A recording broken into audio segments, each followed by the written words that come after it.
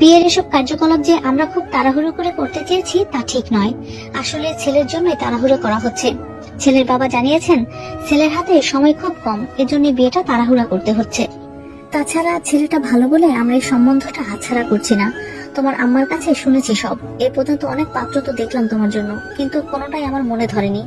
এবার যে ছেলেটার সাথে তোমার বিয়ের কথাবার্তা চলছে তাকে আমার খুব পছন্দ। প্রথমে শুনেই রাজি হয়ে গেছি। তাহলে বুঝতেই পারছো সম্বন্ধটা আমার ঠিক কতটা পছন্দের।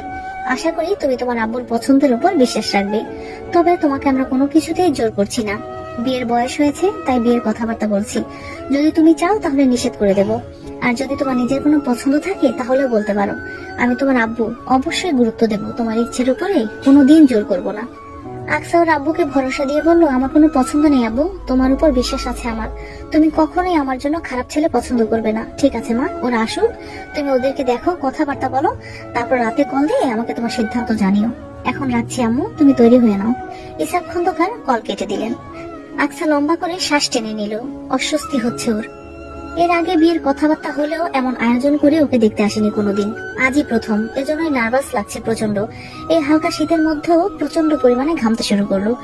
ততক্ষণে শাড়ি পরানো হয়ে গেছে। কলি উঠে আকসার চুল সুন্দর করে পেছনে ক্লিপ দিয়ে টেনে পিঠের উপর ছড়িয়ে দিল। আকসা ঠোঁটে লিপস্টিক দিতে চায়নি, তবুও কলি জোর করে হালকা শেডের একটা লিপস্টিক দিয়ে তার উপর লিপ গ্লোজ দিয়ে দিল। তখনই দরজার বাইরে থেকে আকসার খালা রেশমি খাতুন ডাক দিলেন, ও আকসা, চলে আয় মা, ওরা চলে এসেছে। বাইরে মোটামুটি লোক সমাগম বোঝা গেল। ইতিমধ্যে আকসার চাচা চাচি, ফুফু আর মামা খালারা চলে এসেছেন।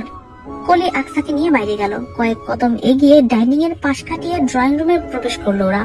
আকসা এতক্ষণে মুখ নুয়ে রেখেছিল। ধীরে ধীরে ও অস্বস্তি জড়িয়ে মুখটা তুলে সামনের সোফার দিকে তাকাতেই চমকে উঠল। মেজবার পরিবারের সকলে বসে আছে সোফায়। মেজবা তার বাবার পাশে বসা। ওর দৃষ্টি হাতে থাকা ফোনের দিকে। কোনো দিকে তাকাচ্ছে না। মুখের প্রতিক্রিয়া কিছুই বোঝা যাচ্ছে না, একদম স্বাভাবিক। তবে আকসা শকড হয়েছে এখানে মেজবাকে দেখে। একদমই আশা করেনি লোকটাকে। ও বিড়বিড় করে বলল, মেজবা ইফতেখার এখানে? মেজবার সাথে আকসার বিয়ের কথাবার্তা চলছে। অবিশ্বাস্য ব্যাপার। আকসা বসে আছে মেজবার চাচি ফাতিমা খাতুনের পাশে। মেজবার মামুনি আকসার আম্মুর সাথে কথাবার্তা বলছেন। বাকিরা সবাই আলাপ আলোচনা করছেন। আকসা আর চোখে একবার বিপরীত পাশে সোফায় বসা ফোনে মগ্ন ব্যক্তিকে দেখছে। আকসা এখনো মাথায় ঢুকাতেই পারছে না যে মেজবার পরিবার ওকে দেখতে এসেছে। ওর সবটা ভ্রম বলে মনে হচ্ছে। কি একটা বিভ্রান্তিকর পরিস্থিতি।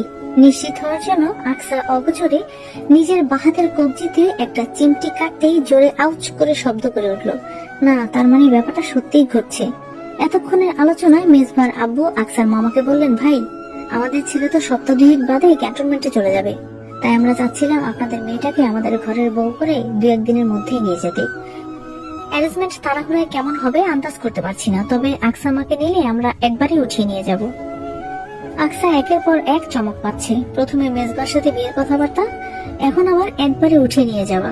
আকসার মাকে ইতস্তত দেখে তার পাশ থেকে ঈশা বেগম তার কাঁধে হাত রেখে ভরসা দিয়ে বললেন, বুঝতে পারছি আপা, সিদ্ধান্ত নেওয়াটা আপনার জন্য একটু কঠিন। অবশ্য হওয়াটাই স্বাভাবিক, একমাত্র মেয়ে তো। তবে আপনি কোনো চিন্তা করবেন না, আকসার বিয়ের পর এই বাড়িতে যাতায়াত থাকবে সব সময়। মেজবা ক্যান্টনমেন্টে চলে যাওয়ার পর আকসা এখানে আপনার কাছে এসেই থাকলো না হয়। আপনার একা থাকতে হবে না, মেয়েটাকে আমাদের দিয়ে দেন আপা, কথা দিচ্ছি। ওকে কখনো সামান্য মন খারাপও করে থাকতে দেব না, খুব ভালো থাকবে ও। আমি যতদিন বেঁচে আছি ততদিন ওকে কোনো কষ্ট ক্লেশ করতে হবে না। এরপর সংসার ওর হাতে দিয়ে যাব। আয়েশা বেগম বললেন, আপনারা বসে সবাই গল্প করুন আপা, আমি মেয়েকে নিয়ে ওর সাথে একটু কথা বলে আসি।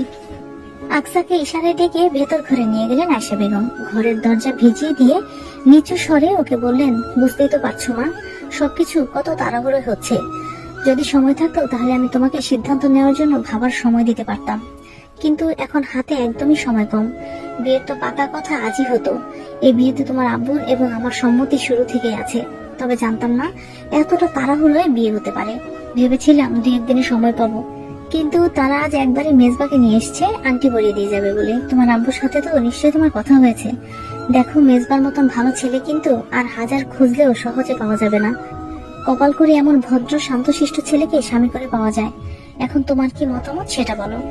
আকসা এখনো অনুভব করতে পারছে না ওর সাথে এসব কি হচ্ছে। মেজবা কেন রাজি হলো এই বিয়েতে? মেজবার তো রাজি হওয়ার কথা নয়, অথচ তাকে দেখে একটুও বোধ হলো না যে সে এই বিয়েতে অমত করেছে। এমনকি রাজিও যে আছে সেটাও ঠিক বোঝা যাচ্ছে না। বোঝার কায়দা নেই। মেজবার সাথে কথা বললে অন্তত বুঝতে পারতো। কিন্তু সেটাও এই মুহূর্তে সম্ভব নয়।